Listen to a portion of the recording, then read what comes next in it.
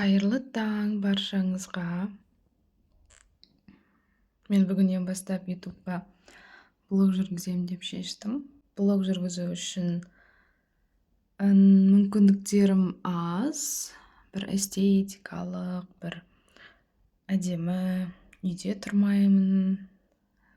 Сондай нәрселерді сылтаурататынмын, бірақ шынайы өмірімді қалай бар, солай көрсеткім келеді. Сіздерге Қарағандыдан жалынды сәлем. Қазір таңғы сағат 7:30. Бүгін сейсенбі. Мен жұмысқа барамын. Сағат 9-да мен жұмысым басталады. Таңғы ас ішіп алдым, намаз оқып алдым. Енді қазір киініп, аздап боянып, жұмысқа шығамын. Менің видеомды соңына дейін көріңіздер. Мен жұмысқа шықтым. Кешігіп бара жатырмын, аздап. Ертерек барғанды жақсы көрем. Бүгін осылай киіндім.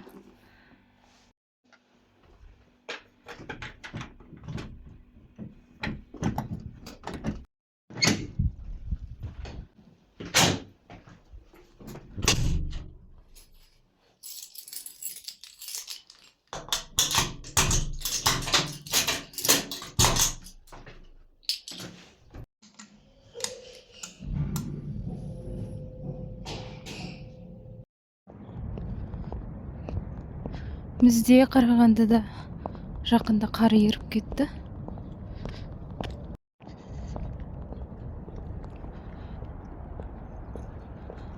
Аздап бар мұнда. Жалпы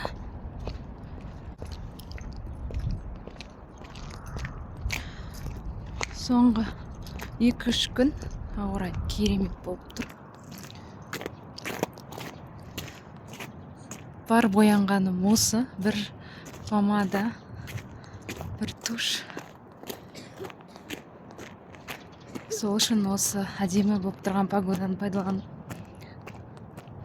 кішкене жеңіл киініп шығып бара жатырмын. Негізі оранып шығам. Жердің бәрі мұз. Мына жақтың бәрі мұз, гололед. Біз жақында пәтер ауыстырғанбыз. Өкінішке орай өзімізде әлі пәтер жоқ. Сол үшін мүмкіндікке қарай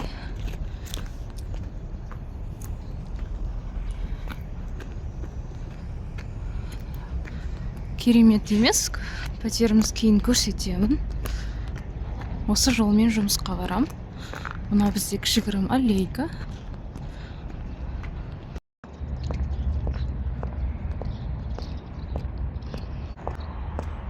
Мен Қарағандыға көшіп келгеніме толықтай 1,5 жыл болды. Тұрмысқа шығып, осы жаққа көшіп келуге тура келді. Енді шынымды айтайын, бұл жақта маған мүмкін әлі күнге дейін шығар бір сіңісіп кету,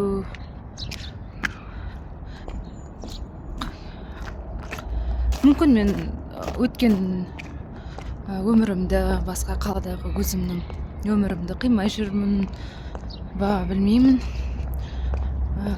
Сондай бір ойлар көп болады. Сәл бір нәрсе дұрыс емес болып қалса,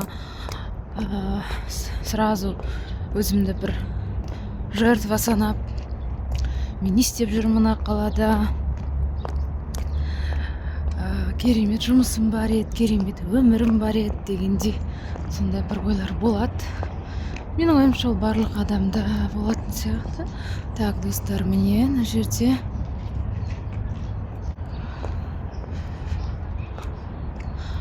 Мартбек Мамраев деген соғыс ардагерінің ауданы. Мына жер бізде Мамраев ауданы. Ал мына жерде Каскад деген сауда орталығы бар, үлкен. Қазір жанынан өтеміз. Әдетте мен басқа жолмен жүремін. Осы сауда орталығының артында жол бар, төтенше жол деп айтамын. Қысқа жол. Барынша қазақша сөйлеуге тырысып жатырмын. Онда бізде шіркеу және қасындағы медресе сияқты жер деймін. Сондай бар бізде. Мұнда әдетте машина толып тұрады. Мұнда тек қана бір ғана кинотеатр ғана жоқ. Жалпы өте күшті, ішінде барлығы бар, тамақтануға болады. Әртүрлі сауда орталықты, сауда бутиктері бар. Не осылай.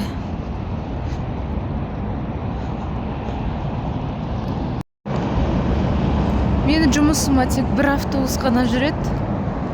Сол себепті бір уақытын өткізіп алсам, тағы 10 минут күту керек. Негізі сағат 9-да сабағым басталады. 9-ға дейін барсам болды. Бірақ көбінесе ертерек баруға тырысам.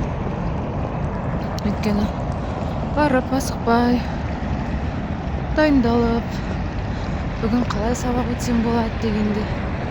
Так, мен қазір бүгін ғана бетімді міне ашып келе жатырмын осылай. Өткенде менде жақында осы 2 айдан аса мына жерде нервный тик болып, суықтан ба жоқ басқа нәрседен ба білмеймін. Енді кетті. Сол үшін мен үнемі бетімді орап жүретінмін. Бүгін ауа райы аздап жылы болып тұр, және сіздерге видео түсіремін дегендіктен бетімді ашып келе жатырмын.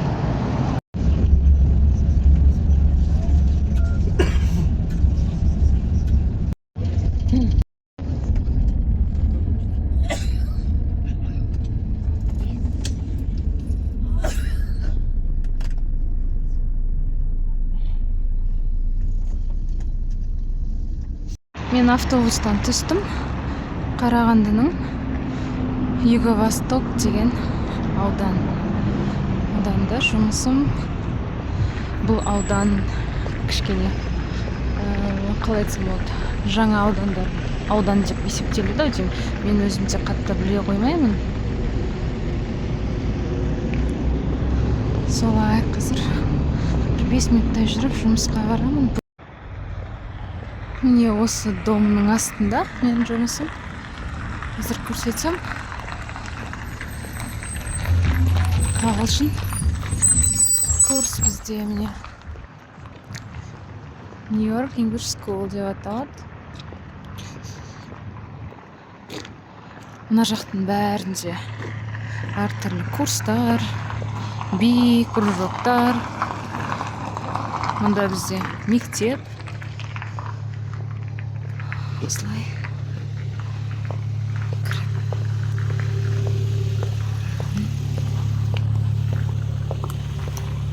Қазір менде балалармен сабақ. Міне мына жерде жұмыс. Негізі ішке ауыстыратын аяқ киім әкеп қойғанбыз. Бірақ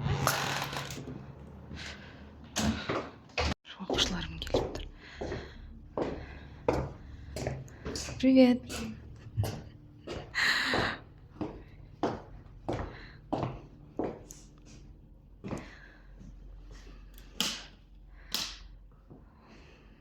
Жұмысқа келдім.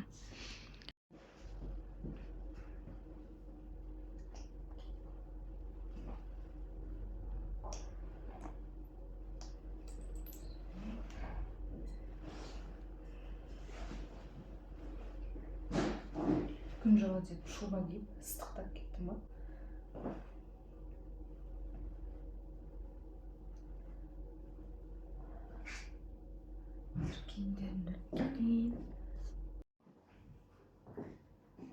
Қазір менде уақыт бар. Балаларға біз өткен тақырыпқа байланысты видео немесе мультик көрсеткім келіп тұр. Соны тауып дайындап қоямын.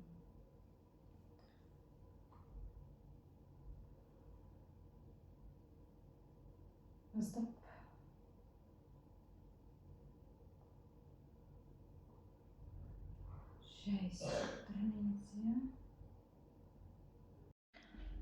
міне бізде әртүрлі эмоцияларды өткенбіз соңғы рет.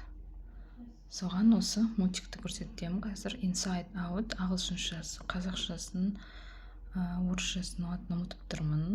Бұл мультикті барлығы білет. Кинотеатрлардан қазақша берген. Әртүрлі эмоциялар. Міне осыны қазір көрсетемін.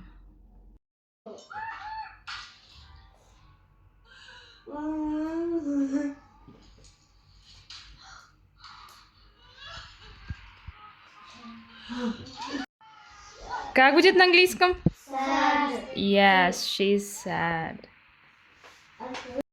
Cat. It's cat, kangaroo. Kangaroo. Elephant. Быстро, быстро. Kangaroo. Kangaroo and lion. Lion elephant. Мынау менің кабинетім, міне. Қазір менде окошко.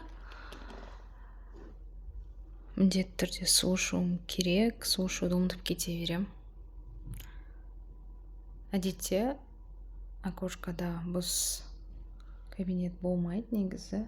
Бүгін көп мұғалімдер ауырып, сабақ дұрыс өтілмей жатыр.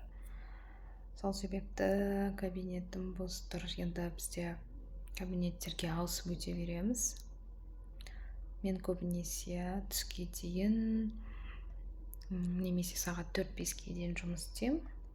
Одан кейін де бізге кешкі сағат 8-ге дейін сабақтар өтіле береді. Қазір мен әдейі жай сөйлеп жатырмын. Сабақтар болып жатыр басқа кабинеттерде, класстарда. Соларға кедергі жасамайын деп суымды ішіп отырмын.